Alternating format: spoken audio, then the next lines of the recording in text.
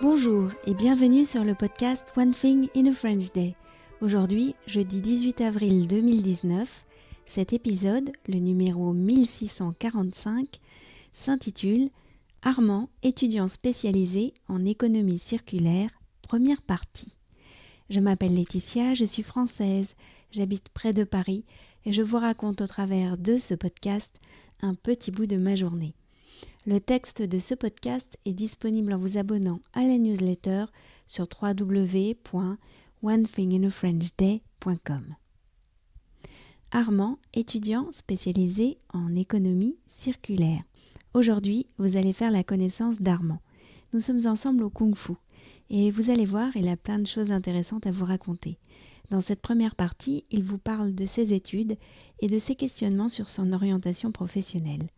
Dans la seconde partie, qui sera diffusée mardi prochain, Armand vous parlera de sa balade préférée à Paris et de ses lectures du moment.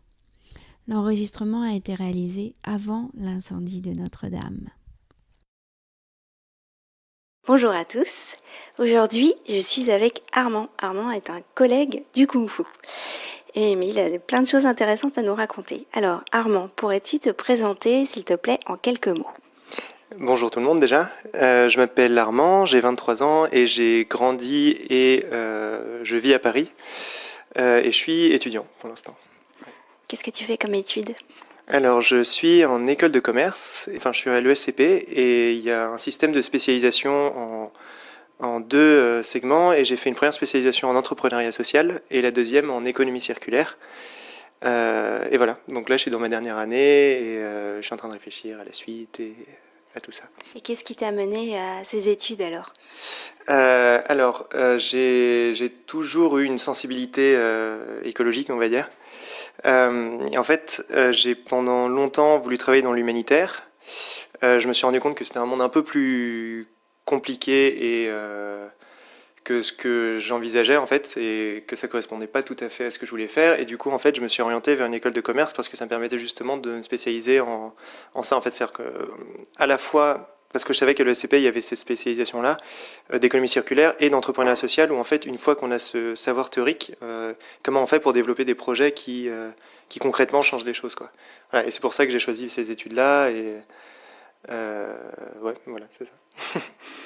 Et donc cette année, c'est l'année du mémoire, c'est ça ? Oui, voilà, c'est ça. Et j'ai aussi, alors en dernière année, on a un mémoire à faire, donc un mémoire de recherche, où on peut choisir à peu près tout ce qu'on veut si on arrive à le relier à peu près à notre spécialisation. Et j'ai choisi de faire ça sur le biomimétisme.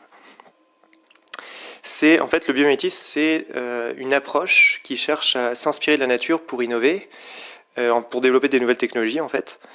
Et plus particulièrement, je réfléchis donc dans ma mémoire sur comment on peut utiliser le biomimétisme pour repenser les matériaux qu'on utilise, pour remplacer le plastique notamment, comment ça peut nous aider pour reconcevoir nos moyens de production, donc comment on peut structurer nos usines en fait pour qu'elles polluent moins, et j'ai une partie plus large après de comment on peut utiliser le biomimétisme et particulièrement le fonctionnement d'une forêt pour repenser l'économie.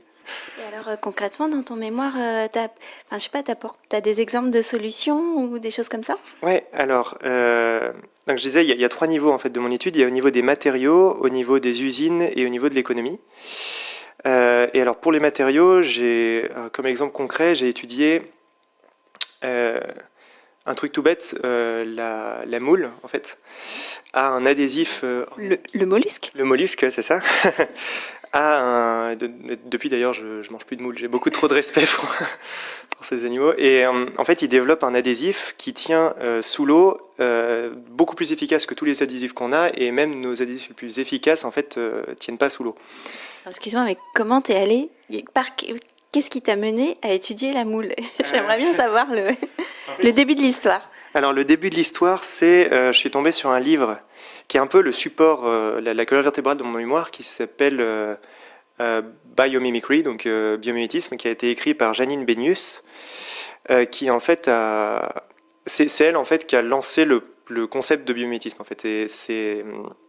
Donc elle a écrit un livre qui est divisé en plein de chapitres sur en quoi la nature peut nous aider à reconcevoir nos matériaux, mais aussi à stocker l'information, à repenser notre manière de faire du commerce, nous soigner, faire de l'agriculture, etc. Et du coup, c'est en lisant ce livre pour vraiment toute première étape que j'ai fait, c'était ça, c'est lire ce livre pour voir qu'est-ce que c'est le biomimétisme, où est-ce qu'on en est, quels sont les projets qui ont été développés autour de ça. Et en fait, il y a cet exemple en fait de la moule, mais d'autres aussi qui ont été développés dans ce livre que j'ai trouvé particulièrement fascinant.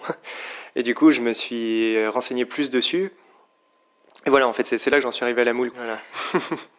Est-ce que, maintenant que tu as travaillé là-dessus, est-ce que c'est un domaine dans lequel tu aimerais travailler plus tard ?